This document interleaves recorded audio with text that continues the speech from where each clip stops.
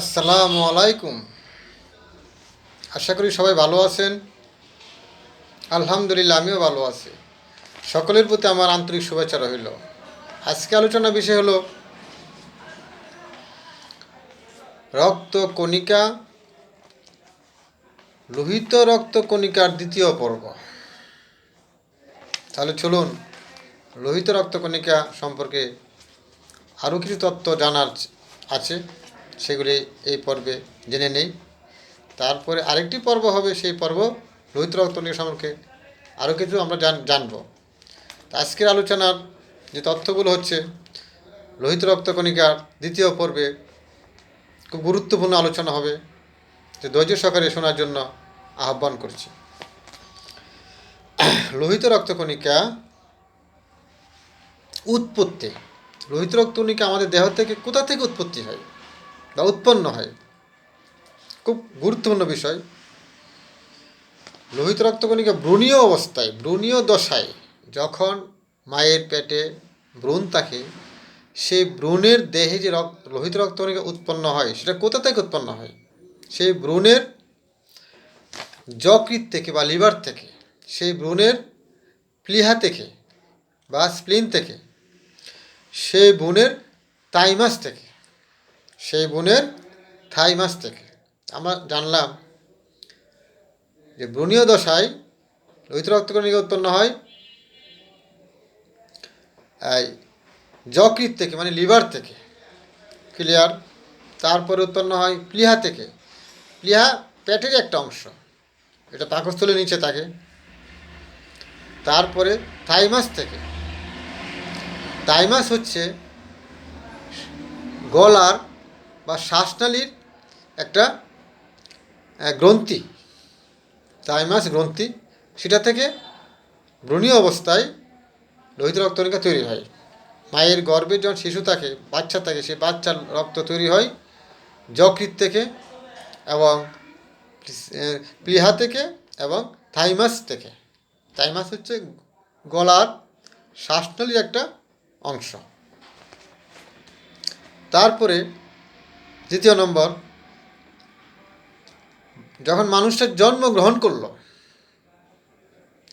মায়ের পেটে থাকা অবস্থায় সে ওইভাবে তার দেহে লোহিত রক্তকণিকা উৎপন্ন হলো। কিন্তু যখন সে জন্মগ্রহণ করলো, জন্মগ্রহণ করার থেকে পরবর্তী 20 বছর পর্যন্ত, অর্থাৎ জন্মের পর থেকে 20 বছর পর্যন্ত, যখন সে জন্মগ্রহণ করলো তারপর থেকে 20 বছর পর্যন্ত তার দেহে যে লোহিত রক্তকণিকা উৎপন্ন হয়, সেই স্থানটি কোথায়?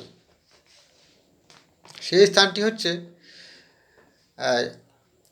আমাদের দেহের লম্বা সব হাড়ের অস্থিমজ্জা থেকে। আমাদের দেহের লম্বা সকল হাড়ের অস্থিমজ্জা থেকে, সেই অস্থিমজ্জায় এক ধরনের কোষ আছে, সেই কোষকে বলে স্টেম সেল। স্টেম সেল বা হেমোসাইটোপ্লাস্ট। হেমোসাইটোপ্লাস্ট, স্টেম সেল। সেই স্টেম সেল থেকে লোহিত রক্তকণিকা উৎপন্ন হয় জন্ম নেওয়ার পরে 20 বছর পর্যন্ত। লম্বা হাড়ের মজ্জা থেকে, মজ্জার স্টেম সেল থেকে লোহিত রক্তকণিকা উৎপন্ন হয়।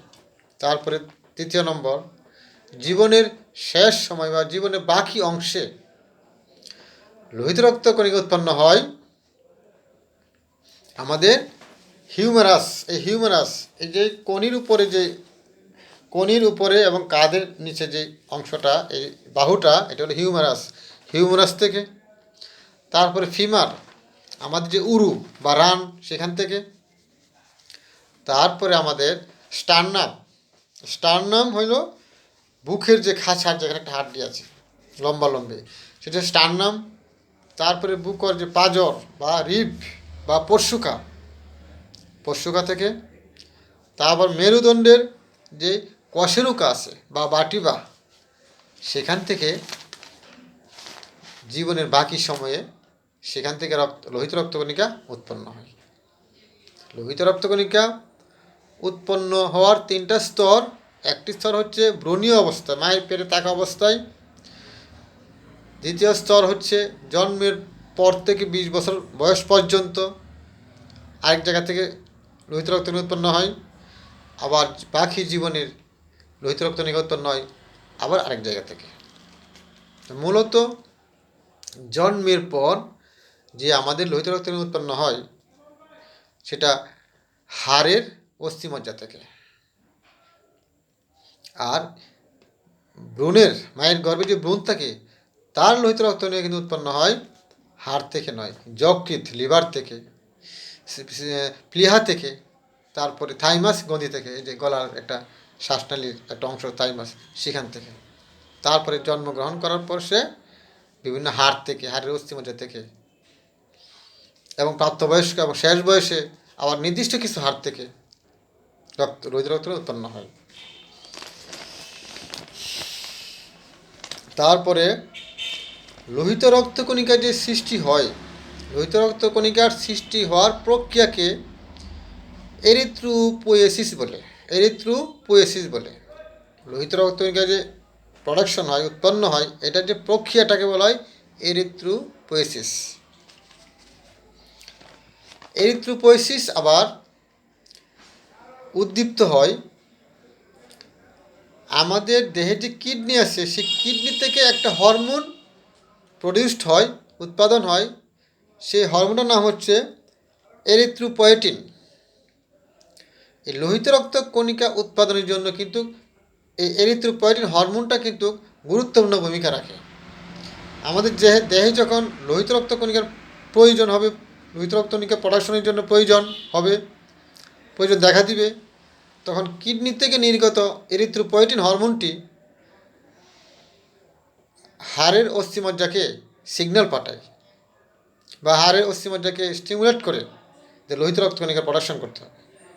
অর্থাৎ আমাদের কিডনি থেকে নিঃসৃত এরিথ্রোপয়েটিন হরমোনটি লোহিত রক্তকণিকা উৎপাদনের জন্য, লোহিত রক্তকণিকা তৈরি করার জন্য বিশেষ গুরুত্বপূর্ণ ভূমিকা রাখে, বা লোহিত রক্তকণিকা উৎপন্ন নিয়ন্ত্রণ করার জন্য কিডনি থেকে নিঃসৃত এরিথ্রোপয়েটিন হরমোনটি ভূমিকা রাখে। এরিথ্রোপয়েটিন হরমোনের প্রভাবেই কিন্তু লোহিত রক্তকণিকা উৎপন্ন হয় অস্থিমজ্জা থেকে।